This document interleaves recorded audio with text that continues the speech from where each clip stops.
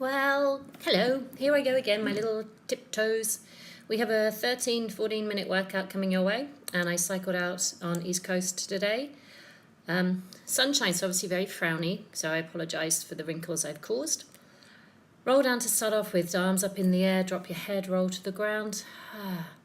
Deep breath in, breathe out, roll up, stack your spine up, find the weight even through your feet. As you'll see, I wiggle my toes. You don't need to do that. And do it again. We're going to do 3 roll downs and just bring awareness to where we are today. Where, what feels sticky, what feels grumpy, how everything is. Big yawning arms overhead to breathe in. Exhale, drive and dive yourself down. Hang on out there. Again, notice if something feels tight. Then, coming back up. Arms come overhead, take your legs wider than your body, and we're going to take some squats. So you sit back, butt goes back, arms can reach forward, come out, go around. So you're going to play around with your squat a little bit. As you can see, I do one arm and reach across, and then up and down. You want to try to lift up from your squat from underneath your butt line. So it's the Kylie Minogue hot pant line, as we often call it. Gluteal fold, if you want a proper word. Arms movements, just get as much mobility in as possible. And then we're going up on the tiptoes, as you'll see, or wobble. So we rise up, arms go overhead as you rise onto the balls of the feet. Notice if you go the little toe or the big toe side. Then we keep the heels up as you start to lower down into your squat. Heels drop, heels lift, and you stand back up.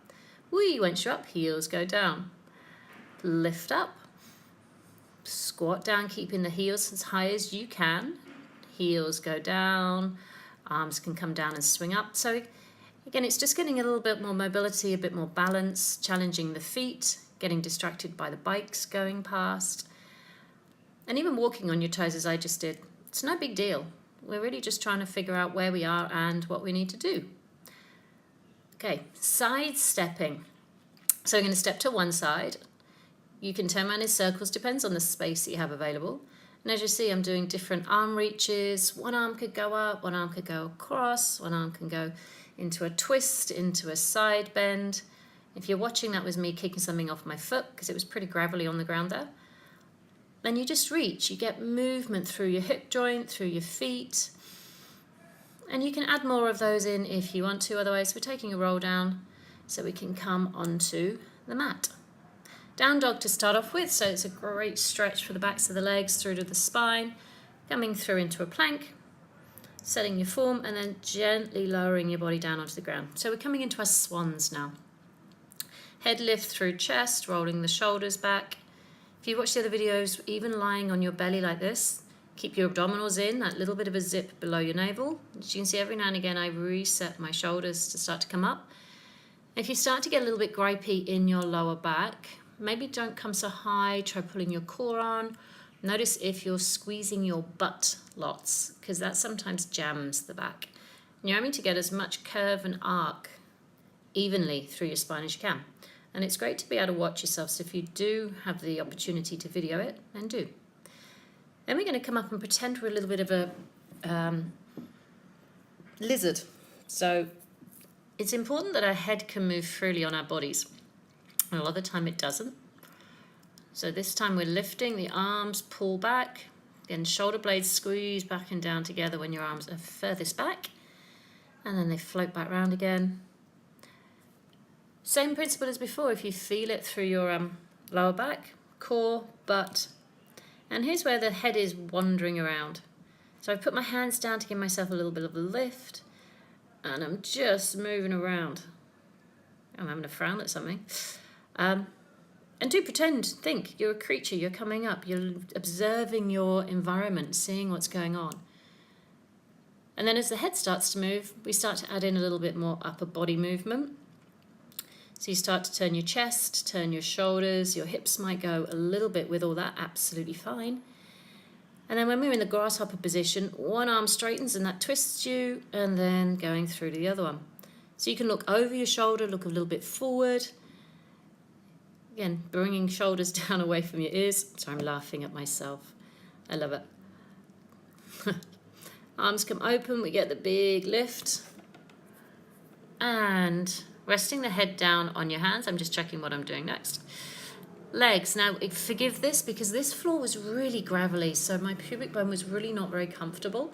So please do feel free to do more, and if you are a little bit bony down there, then put a bit of padding underneath you.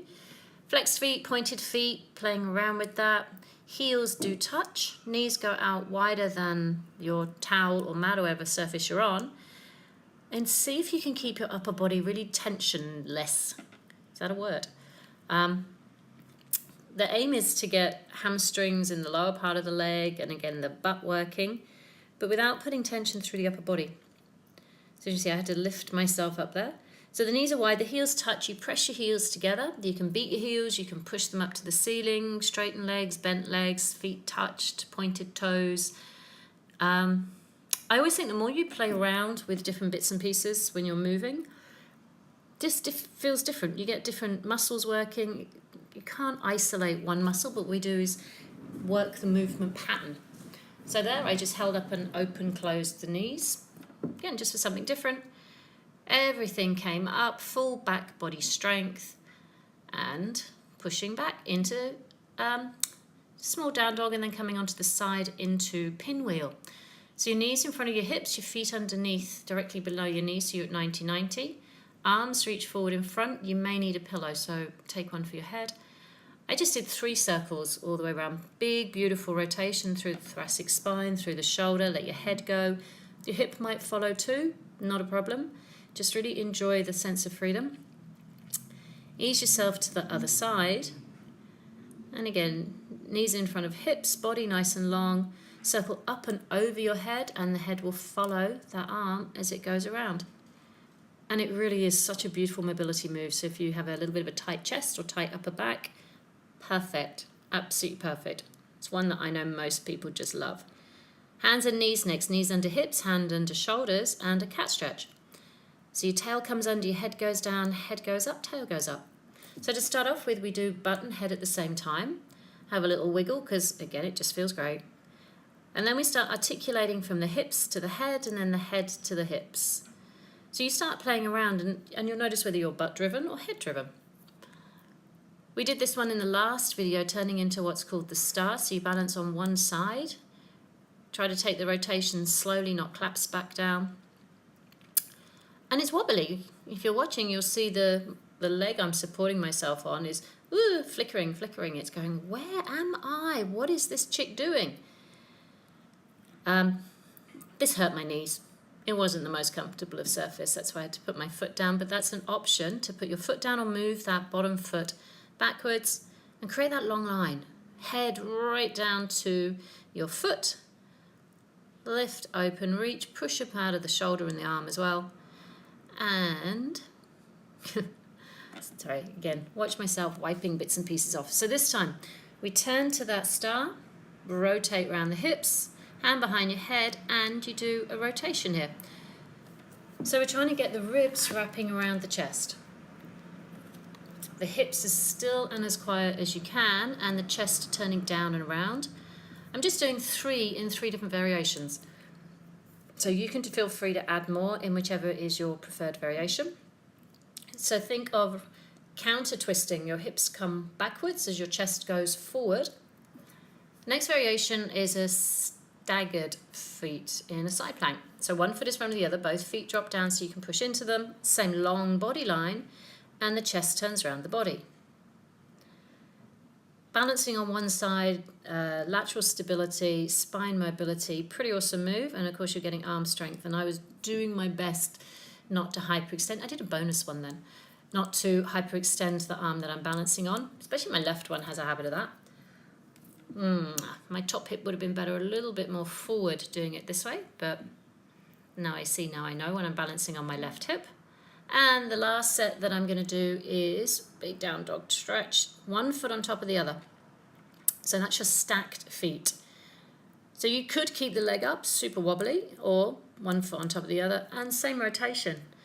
Obviously more challenging now because I've got a smaller base of support. So you've got 3 variations there. Please take the one that you can do, and then try one that you fall over, basically. And then you just keep trying on the one that isn't so clever.